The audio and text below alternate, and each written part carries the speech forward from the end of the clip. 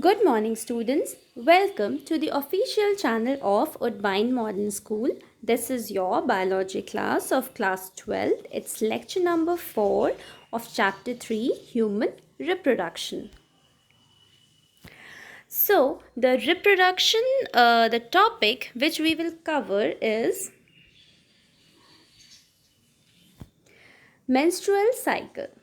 Menstrual cycle is what? It's a reproductive cycle in the female primates. Now, the primates include monkeys, apes, and human beings, means us. So, this cycle is known as menstrual cycle.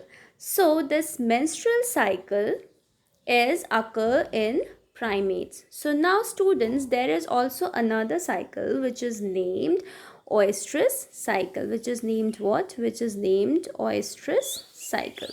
So this oestrus cycle occurs in non-primates. This oestrus cycle doesn't include the bleeding part or the men's part. That's why is known as what? Is known as oestrus cycle. But today's topic we have to cover the menstrual cycle. So we will study about the menstrual cycle. So menstrual cycle is what? It's simply a reproductive cycle that the female primates undergo, and it constitutes the men's part or bleeding part. The first menstruation begins at puberty and is called menarche. So menarche is what? So menarche is simply what? Menarche is the first menstruation that begins at puberty.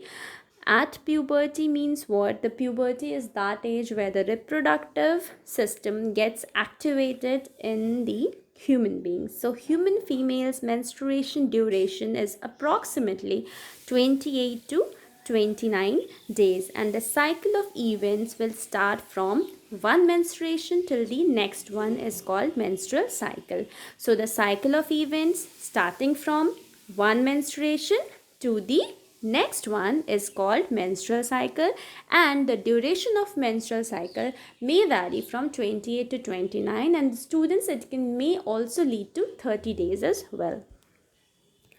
So one ovum is released. This event is known as ovulation. Means what? The release of one ovum is known as ovulation, and it occurs in the middle of the menstrual cycle. So middle of the menstrual cycle, so we can get a rough idea that if the menstrual cycle result lasts for 28 to 29 days, that means the ovulation period must be between 12th to 14th day. So ovulation period lies from where? 12th to 14th day, and the cycle starts with menstrual phase. The menstrual flow, that means the bleeding part, lasts for how many days? It lasts for 3 to 5 days. The menstrual flow constitutes what? It constitutes the breakdown of endometrial lining of the uterus. So, due to the breakdown of endometrial lining, I have told you students that in my earlier lectures, endometrium is the innermost layer of the uterus, which goes down or breaks, and then it reforms again in the menstrual cycle. So breakdown of that particular layer of the uterus, and it constitutes the blood vessels as well, which forms the liquid altogether that comes out through vagina. So vagina is the reproductive opening that of human female constitute. That's why it comes out through the vagina. Menstrual only occurs, released ovum is not fertilized. This is very important, students, that the release of the released ovum, if not get fertilized, then only menstruation can occur. So, if there is a lack of menstruation, it may be, the term I have here signified that may be indicative of pregnancy. Why may be? Because there are other reasons for the lack of menstruation as well, like stress, poor health, etc. So, if a female is not having menstruation, that is not the confirmation for pregnancy. There are other tests that are being done for pregnancy. Why? Because there is a lack of menstruation can also occurs for other causes, like I have discussed, stress or poor health. The menstrual phase is followed by the follicular phase. Now this follicular phase is what? Is the phase where the primary follicles will gradually develop into sorry students, fully mature Graafian follicles, and simultaneously the endometrium of uterus regenerates through proliferation. So this follicular phase is simply what? Is simply that phase where the endometrium again starts to reform and prepare itself for the pregnancy or for the next menstrual cycle. Now I have shown here this important graph. This is very important figure, students, and you have to be very attentive to understand the three phases, the hormonal levels, like what are the hormones that are being included here, and how these hormonal levels are importantly associated with ovarian events, and then we will discuss about the uterine events. So this chart we will understand in three phases. So let's start with the hormonal levels. Here hormonal levels of what? Of pituitary. Okay, so the x-axis we are having the days, and in the y-axis we are having different phases. So first we discuss about the FSH and LH. So the FSH stands for follicular stimulating hormone. FSH starts from what? FSH stands for follicular stimulating hormone. LH stands for luteinizing hormone. So FSH and LH, these both are what? These are pituitary hormones. So when the menstruation phase is there from 1 to 5 days, the FSH and LH both are having what? Lower level. When this follicular phase comes in, or you can say the ovulation part comes near, this LH starts to rise abruptly. This part is known as what? LH surge. This part is known as what? This part is known as LH surge. S-U-R-G-E. This part is known as LH surge. And the FSH also rises, but not like the LH part. Okay, so both the hormones have its level higher nearby the ovulation event. Now comes the ovarian events.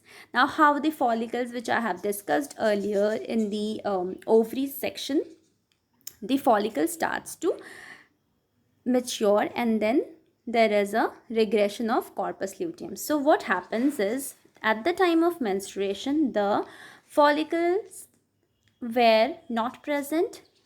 Gradually, when the follicular phase is approaching, or proliferative phase is approaching, proliferative phase means what? The proliferation or the cell division must occur. There must be a development. And follicular phase, why? Because follicles are associated with it. So developing follicles are there. So first is primary follicle, then secondary, then tertiary, and then finally mature follicle, or you can say Graafian follicle. And at the 14th day, as you can see this line, the 14th day, this ovulation is occurring due to the LH surge. Ovulation occurs. After that, the Graafian follicle converts itself into corpus luteum. Corpus luteum is what? Corpus luteum is the mature Graafian follicle which have released the ovum and undergo the ovulation.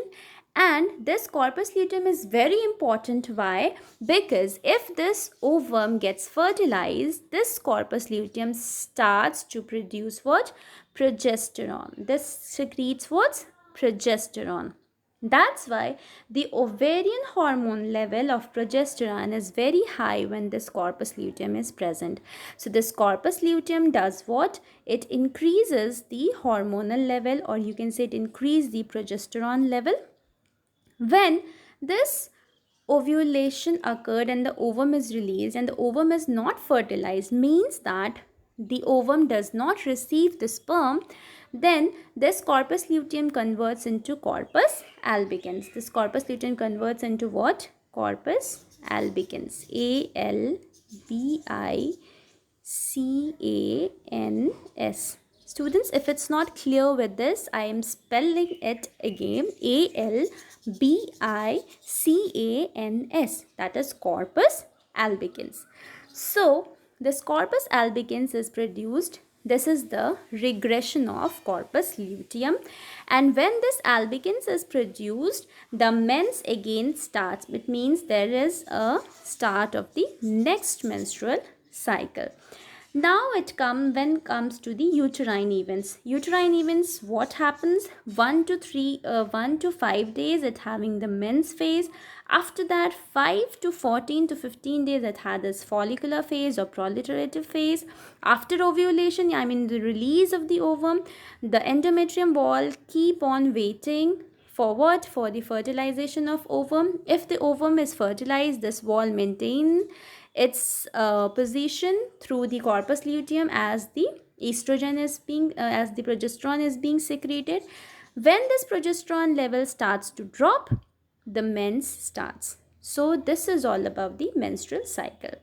So whatever I have discussed, I have written those on points. You can go through that. The changes in the level of pituitary and ovarian hormones, I have discussed the changes. Gonadotropins are what? LH and FSH. Why they are termed as gonadotropins? Because they have been releasing from pituitary.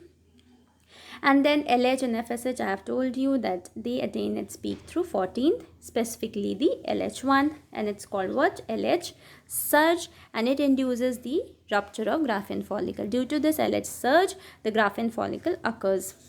After that, ovulation part, ovulatory phase, I have discussed.